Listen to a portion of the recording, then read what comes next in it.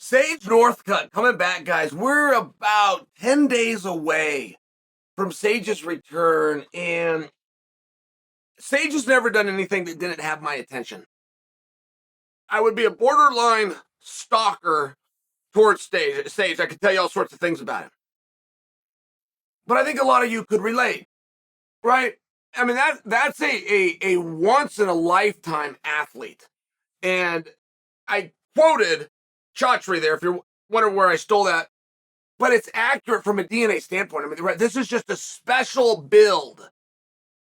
And then you get this handsome guy who has the support of his family, right? Don't forget his father that was his trainer/manager.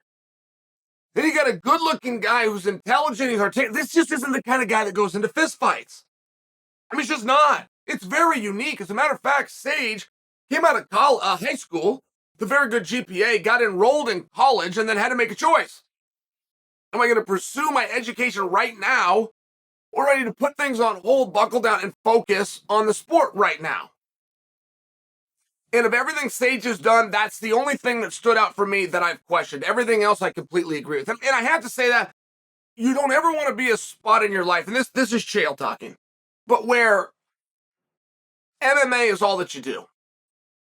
I mean, you just don't want to do that. I used to live at the Olympic Training Center, and I would hear various coaches, and they had the same theme when guys were working, when guys had jobs.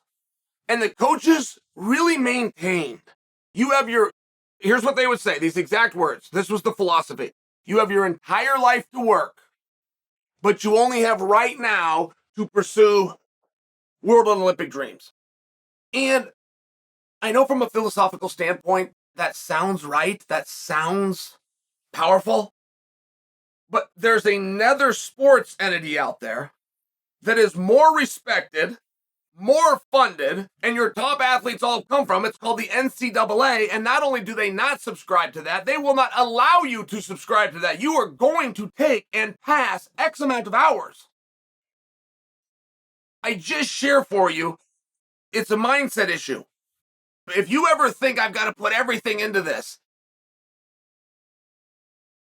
it's a mindset issue, right? You're not going to be in the gym more than 3 hours a day. Your morning workout will not be more than 1 hour, and your afternoon will not be 2 hours. But you got drag time, you visit with the guy, the fun part, you check your weight, maybe a sauna. I'm including all of that. You got 3 hours. How far do you think a guy lives away from the gym? I mean, a guy that lives a long way from the gym, like I do, has a 30-minute drive. So now you got an hour both ways. I mean, we're still at 4 hours. There's 20 hours in the day. How many you want to sleep, right? You're a wimp, and most people are. You're going to sleep 8 hours. Go ahead, wimp. Sleep 8 hours. Get your 8.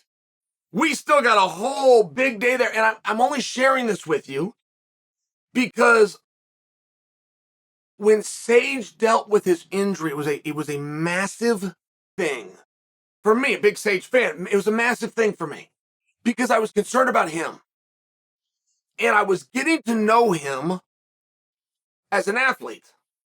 I have not had the pleasure to meet him by example. I don't have his phone where I can text him and check in, right? It's one of these things. So, as an athlete is how I know, but now we're in a very human, we're in a very real, there's more to life situation as soon as you get hurt and you're out. And it's an important thing to consider. It's a truly important thing that you understand how quick it can change. I was fortunate in that when I was 9 years old, a guy came into our practice room, Peninsula Park, and Roy Pittman at the end of practice sat all us kids down and had this gentleman come out and speak. He was a great wrestler. College scholarship, multiple-time state champion. We knew who he was. His name was up on the board. I'm 9 years old. I know who this guy is. I'm excited to hear from him. But it was a simple situation of one day he was doing his thing in the practice room. He had his back turned, and another group of two was wrestling. They came over, they hit him, they took his knee out, ACL's gone, his career was over. And you hear a lot of stories like that. Sometimes harder stuff, guys on a motorcycle, car wreck, but it's over, just like that. And so what do you do now? How do you transition? How do you make sure that you aren't one of those athletes that's stuck in the cracks? It's hard. I didn't have to go through it, but I've seen it, boy. I will tell you what, it's just a hard spot. So now I'm living that with Sage. Hey, what's he going to do? Now, we still don't have the answers to this, okay? But we learned a lot about Sage Northcutt.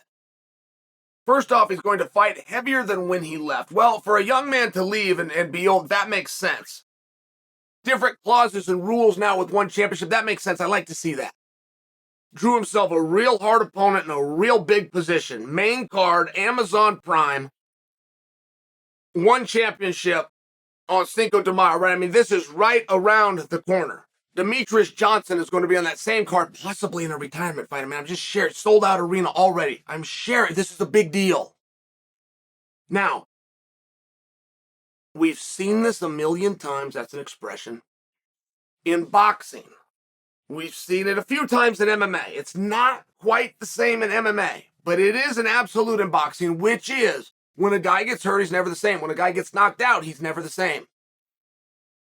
And analysts will come and try to tell you from a scientific standpoint that the jaw and the chin and the button over here and it shifts and the fluid and it makes you get knocked out faster.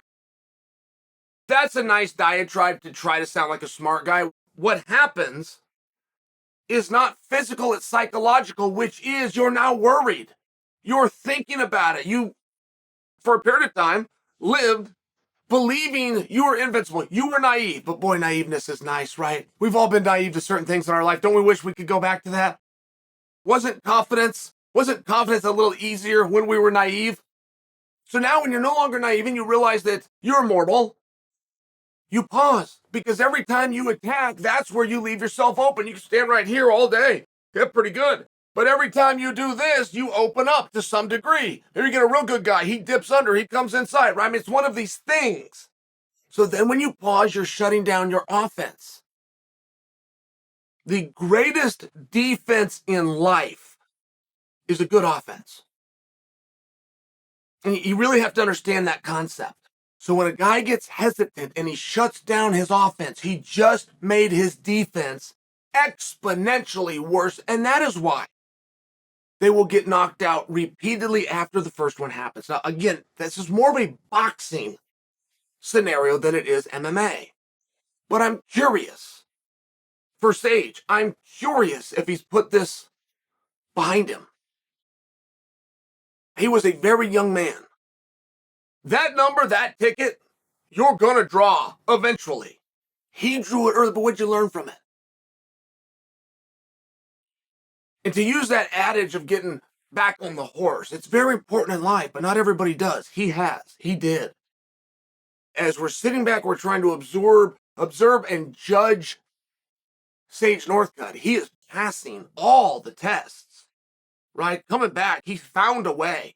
Some doctors said no. Some media and pundits, some people on social media, they all said, no, you're done. This isn't for you. He said, no, I'm going to learn. I'm going to get better. I'm going to come back. Watch me do it. I mean, Chris Weidman is walking the same path right now. I don't know that Sage has to prove to the world that he's a tough guy any more than he already has. I don't know that Chris Weidman, who will be in the Hall of Fame, needs to prove to the world any more that he's a tough guy. But he's gonna. Right? The greats are different. The greats feel different. There's a reason Weidman's a world champion. There's a reason that Sage is on the path with the potential of a future world champion, but he's got a test in front of him. It's not his opponent. Not right now. Not a physical battle right now. This is a mental battle. How can he deal with it? Can he put that behind him?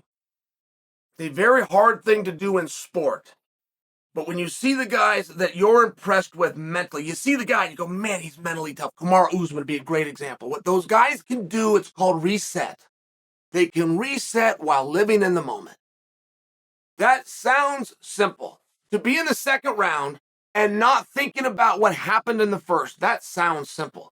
To be in the second round and not thinking about the fact that there's a third scheduled, sounds simple. It's extremely hard to do. Baseball players will talk about it. It's called slowing down the game. Slow the game down. I'm right here. I got to get the bat to here. He's going to throw. I've got to make my move. I've got to run here. And it's one of these things. You got to slow it down. But it sounds easy. It is a very hard thing to actually go out there and do. But this is what, and these are the cards that Sage is currently dealt. And as I observe him, as a fan, he's passing every test. He's passing them. But the final exam, if you will, comes on May 5th. And we're all going to have to sit back together. And so is he. He can say all of the right things. We've got to wait till that moment and see what happens.